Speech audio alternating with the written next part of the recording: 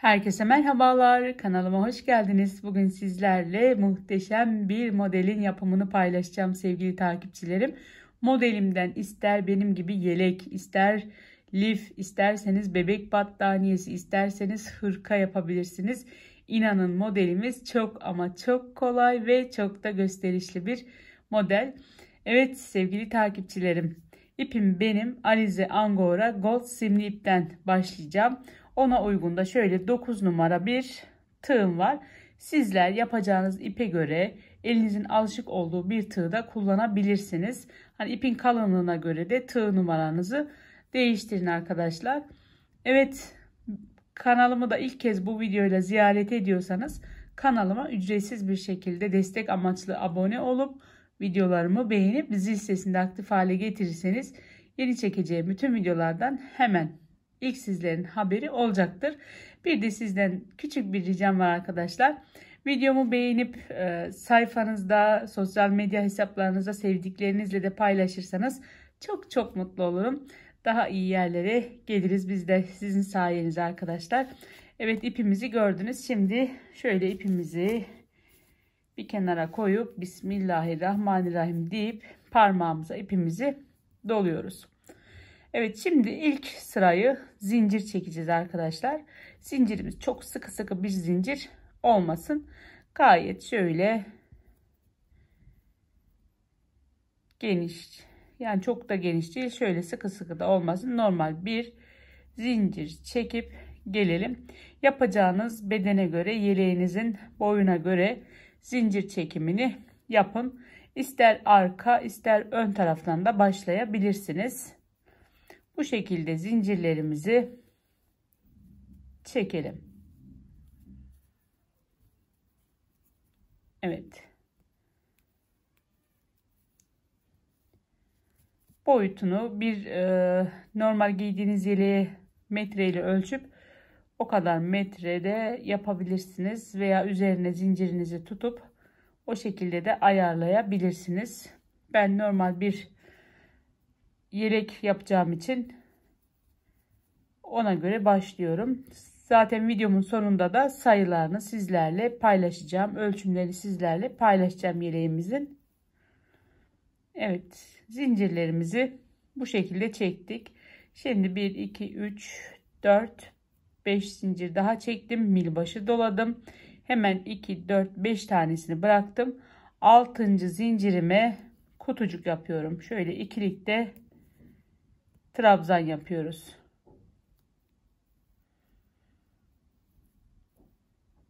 Evet. Hemen 2 zincir çekiyorum.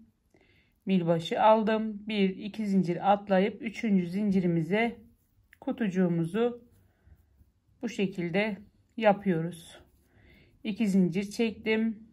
1, 2 zincir atlayıp 3.'ye ikilikte trabzanımı yaptım.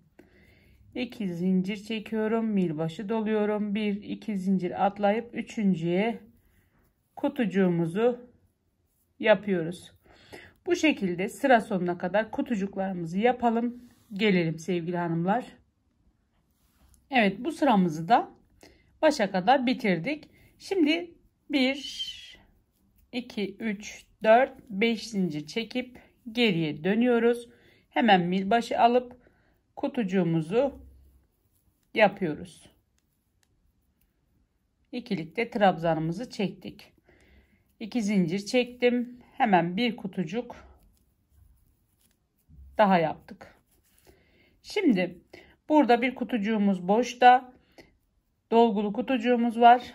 Diğeri de boşta. Bunların içerisine trabzanlarımızı yapacağız. Yani 7 adet trabzanımız olacak. Hemen ikinci trabzanımı yaptım. Bir milbaşı doluyorum. İkilikte trabzan yapıyorum. Bir milbaşı doladım. Sıradaki trabzanımızın içerisine giriyorum. Milbaşı dolayıp ikilikte çekiyoruz. Milbaşı dolayıp ikilikte çektim. Bir milbaşı doladım. Bir milbaşı doladım. Trabzanımın tepesine en son ikili trabzanımı yaptım. Bu şekilde trabzanlarımızı bitirdik. Şimdi 2 tane zincir çektim. Hemen bir kutucuk arada yapıyoruz. Ve hemen tekrardan milbaşı doluyorum. Trabzanımı yaptım. Hemen dolgularımızı aynı şekilde yapmaya devam ediyoruz. Burada trabzan tepelerimize bu şekilde dolgumuzu yapıyoruz. Evet. 7 adet trabzanımı bu şekilde yapıyorum. Bir boş bırakıyoruz. Burada boş kutucuğumuzu yapıyorum. Hemen alt taraftaki yapmış olduğum trabzanın hem sağına hem soluna dolgu yaparak 7 adet trabzanımızı yapıyoruz. Bu sıramız da bu şekilde ilerleyecek sevgili takipçilerim. İkili trabzan yaparak 7 adet trabzanımızı bu şekilde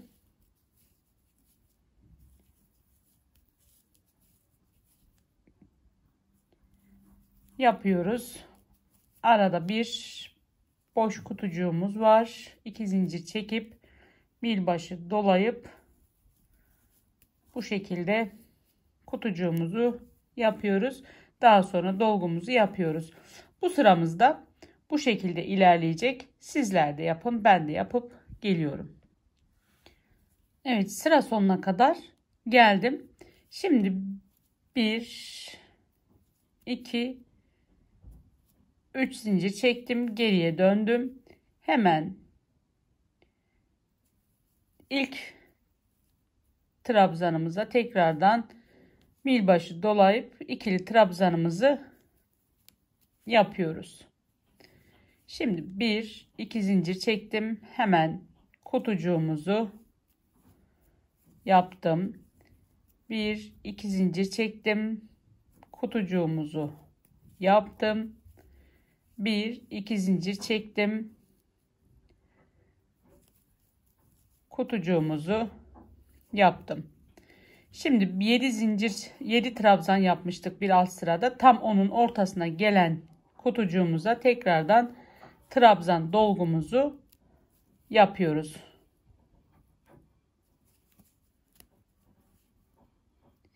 Hemen milbaşı doladım, ikilikte çektim. Milbaşı doladım, ikilikte çektim. Burada tam dediğim en alttaki gibi tam ortaya dolgumuzu yaptık. Hemen sıradaki kutucuğumuzu yapıyoruz. 2 zincir çektim, milbaşı aldım. Kutucuğumuzu yapıyoruz. 2 zincir çektim, milbaşı aldım. Bir tane bırakıyorum. İkinci trabzan tepesine batıyorum ve kutucuğumu oluşturdum. Tam ortaya gelecek kısma tekrardan trabzanlarımızı yapıyoruz. Tam 3 adet trabzanı yaptık. Bu sıramızda bu şekilde ilerleyecek. 3 boş kutucuk, bir tane dolu kutucuk olacak şekilde sıra sonuna kadar yapıp gelelim. Evet, sıra sonuna kadar bu şekilde bitirdik. Bu sıramızda da hemen 2 3 4 5 zincir çektim, geriye döndüm. Kutucuk yapacağız arkadaşlar. Bütün sıramızı 2 zincir çekip milbaşı dolayıp sıradaki kutucuğumuzun tepesine batacağız. Hemen 2 zincir çektim, milbaşı doladım. Sıradaki kutucuğumuzun tepesine batıyoruz. 2 zincir çekiyoruz. Hemen kutucuğumuzun bu şekilde tepelerine batarak bütün sırayı kutucuk yaparak bitireceğiz. Yani bu sıramızda dolgu yok. Sadece kutucuk yapıp sıra sonuna kadar gidelim. Evet, sıra sonuna kadar kutucuklarımı yaptım, bitirdim. Şimdi 1 2 3 zincir çekiyorum, geriye dönüyorum. Hemen ilk trabzanımı kutucuğumun içerisine yaptım. Milbaşı doladım. Tekrardan trabzan tepesine trabzanımızı yaptık. İkili trabzanımızı. Şimdi 1 2 zincir çekiyorum. Milbaşı doladım. Sıradaki trabzanımızın içerisine ipimizi alıp sündürüyoruz. Birinci, aynı yere ikinci, aynı yere üçüncü, dördüncü ve de beşinci. 5 defa bu şekilde ipimi sündürdüm arkadaşlar. Hemen milbaşı doladım tekrardan. Şu iki alttaki 7 trabzan yapmıştık hatırlıyorsanız. Alttaki yani 1 2 3. alttan 3. kutucuğumuza girip ipimizi sündürüyoruz. Gene aynı yere sündürdük. İkinci, üçüncü, dördüncü ve 5 defa da buranın içerisine sündürdük. Hemen tekrar milbaşı doladım. Sıradaki kutucuğumun üstten, bu sefer altta değil üstten, sıradaki kutucuğumuza 1 2 3 4 ve 5 adet ipimizi sündürüp hepsini birlikte kapatıyoruz ve bir zincir çekiyoruz. Yani burada kilitledik artık. Hani ilk fıstıklarımızı sıradaki, ortadaki fıstığımızı yukarıdan saydığımızda 1 2 3. kutucuğumuza indirdik. Hemen 2 adet zincir çekiyorum ve milbaşı doladım. Sıradaki trabzanıma ikili trabzanımızı yaptık. Şimdi milbaşı doluyorum. Buraya tekrardan trabzan yapıyoruz. 3 adet trabzanımızı kutucuğumuza yaptık. Şimdi 2 zincir çekiyorum tekrardan. Milbaşı doluyorum. Sıradaki kutucuğuma 5 defa ipimizi bu şekilde alıp çekiyoruz. Milbaşı aldım, çektim. Milbaşı aldım, çektim. Tekrar milbaşı alıyorum. Sıradaki kutucuğuma değil 1 2 alttan 3. kutucuğuma arkadaşlar. Yani şu iki dolgunun arasına alıp ipimizi uzatıyoruz. Birinci, ikinci, üçüncü, dördüncü ve de beşinci kez bu şekilde doldurduk. Hemen milbaşı alıyorum. Sıradaki kutucuğumun içerisine tekrardan 5 adet bu şekilde ipimizi alıp çekiyoruz. Ve şimdi hepsini birlikte kapatıp bir adet zincirimizi çektik. 1 2 adet zincir çekiyorum. Milbaşı aldım. Şu sıradaki trabzanıma tekrardan bir adet trabzan yapıyorum. Evet, ikinci dolgumuzu yaptık. Şimdi sıradaki kutucuğumuzun içerisine trabzan dolgu yapıyoruz. Bir dolayıp ikilikte çekiyoruz ve 3 trabzanımızı kutucuğumuza yapmış olduk. Şimdi 1 2 zincir çekiyorum. Milbaşı doluyorum. Sıradaki kutucuğumun içerisine 5 adet bu şekilde 3 4 5 ipimizi alıp sündürdük bu şekilde. Şimdi tekrardan ipimizi tığımızın üzerine milbaşı doladık. Sıradaki kutucuğumuza değil 1 2 3 alttan saydığımızda 3. kutucuğumuza tığımızı alıp bu şekilde 5 defa ipimizi buraya doluyoruz arkadaşlar. Evet. Şimdi milbaşı aldık. 5 doladıktan sonra sıradaki kutucuğumun içerisine 5 adet ipimizi alıp sündürüyoruz. 2 3,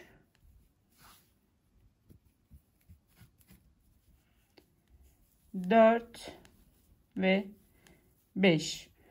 Bütün hepsi tığımın üzerinde gördüğünüz gibi hepsini birlikte kapatıyoruz. Hemen 1-2 adet zincir çekip milbaşı doladım. Sıradaki trabzan tepemize bir adet kutucuk yaptık. Milbaşı doluyorum. Sıradaki kutucuğumun içerisine trabzanımızı yapıyoruz arkadaşlar. Evet, bu sıramızda bu şekilde ilerleyecek. Ben bu sıramızı yapayım. Sizler de yapın. Gelin arkadaşlar. Evet, bu sırayı da bu şekilde tamamladık. Şimdi hemen 1, 2, 3 zincir çektim. Geriye döndüm. Sıradaki şu kutucuğumuza tekrardan trabzanımızı yapıyoruz. 3 tane trabzan kutucuğumuza yaptık. Hemen 2 zincir çektim. Bir milbaşı doladım. Şuradaki boşluğumuza arkadaşlar hemen şu ortadaki çektiğimiz yer kalacak. Buradaki boşluğumuzun içerisine trabzan yaptık. Hemen bir trabzan daha yapıyorum. 2, 3. trabzanımızı yaptım. Trabzan tepesine battım. Hemen sıradaki trabzanımın tepesine batıyorum. Hemen milbaşı doladım. Sıradaki trabzanımın tepesine battım. Hemen milbaşı doladım. Trabzan tepesine battım. 2, 4, 6 aynı boşluğa bir trabzan daha yaptım.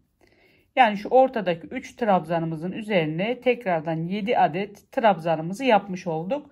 2 zincir çekiyorum. Şu dolgulu yer arada kalıyor. Milbaşı doladım. Şu hemen boşluğumuzun içerisine ikili trabzanımızı yaptık. Hemen aynı yerin içerisine bir adet trabzan daha yaptım. Milbaşı doladım. Buradaki dolgu trabzanımızın tepesine bir trabzan daha yaptım. Aynı trabzanla devam ediyorum. Bir milbaşı dolayıp ikili trabzanımızı bu şekilde yaptım. Buradaki boşluğumuzun içerisine de hemen 2 adet trabzanımızı yaptım. 2 adet zincir çektim. Ve bu şekilde bu sıramızda devam edecek arkadaşlar. Gördüğünüz gibi şu araya boşluğa tam dolgumuzun üzerine bir adet kutucuk yapmış oluyoruz burada. Diğer yerlere de 7 adet trabzan dolgumuzu yapıyoruz. Bu sıramızda bu şekilde devam edecek ki ikinci model için başlamış olduk burada da. Evet, dediğim gibi ben daha önceden yelek yapmıştım bu modelden. Şöyle ön tarafı bu. Ön tarafa pat kısmına bu şekilde trabzanlar çalıştım. Zincir üzerine başladım. En alt bittikten sonra trabzanlarla da yeleğime alt kapatma yaptım. Şu trabzanları daha sonradan yapıyoruz arkadaşlar. Zincir kafes üstüne de modelimizi başladık. Şöyle göstereyim. Modelimiz çok güzel. Ben bunu lif ipinden yapmıştım. Az önceki başladığımı da Angora Gold Alize'den yaptım. Şöyle göstereyim.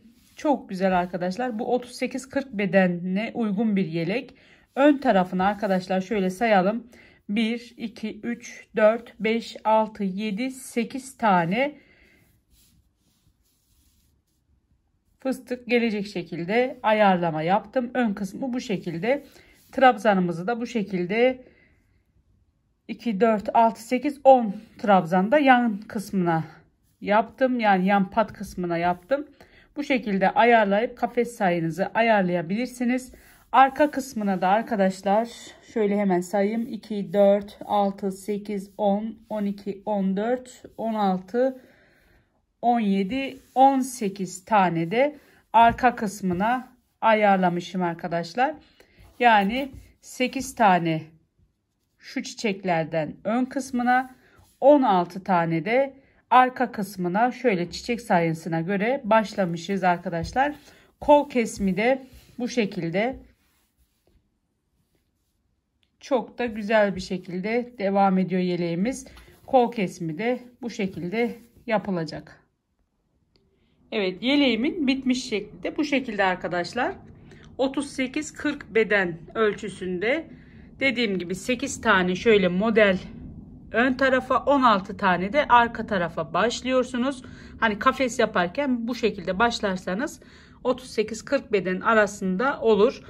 10 tane trabzanda ön pat için ayarladım. Burada düğme iliklerimiz var. Onu kendinize göre ayarlayıp koyabilirsiniz. Dediğim gibi yaka ve kol kısmı da bu şekilde. Çok kolay arkadaşlar. Sadece ön kolda, ön tarafta 2 tane modelimizi kesip bu şekilde trabzan yapıp daha sonra aradaki bu dolguyla kol için gidiyorsunuz. Önde de yavaş yavaş böyle bakın arkadaşlar, aynı kolla birlikte başlamışız. Birer kese kese yukarıya doğru tam 3 model kalana kadar önden de kesim işlemini yaptık. Arkada aynı arkadaşlar. Arkada da hemen 2 tane modelimizi trabzanla kesip bitiriyoruz. Arkanın kesimi daha kolay. Evet sevgili takipçilerim, bugün de sizlere bu yeleğin tarifini vermek istedim. Çok güzel çeyizlik, isterseniz kendiniz giyebileceğiniz, isterseniz örüp satmalık harika bir model. Ben çok beğendim, çok da severek ördüm. İnşallah sizler de beğenirsiniz. Bugünlük de videomuz bu olsun istedim. İlk defa beni bu videoyla ziyaret ediyorsanız da kanalıma ücretsiz bir şekilde destek amaçlı abone olup videolarımı beğenip zil sesini de aktif hale getirirseniz yeni çekeceğim bütün videolardan hemen ilk sizlerin haberi olacaktır. Destek olan, videolarımı beğenip yorum yapan, özellikle videolarımı kendi sosyal medya hesaplarında paylaşan herkese de sonsuz teşekkür ediyorum. İyi ki ama iyi ki varsınız diyorum. Yeni videolarımızda, yeni modellerimizde tekrar görüşmek üzere. Sağlıkla kalın, mutlu kalın, hoşça kalın.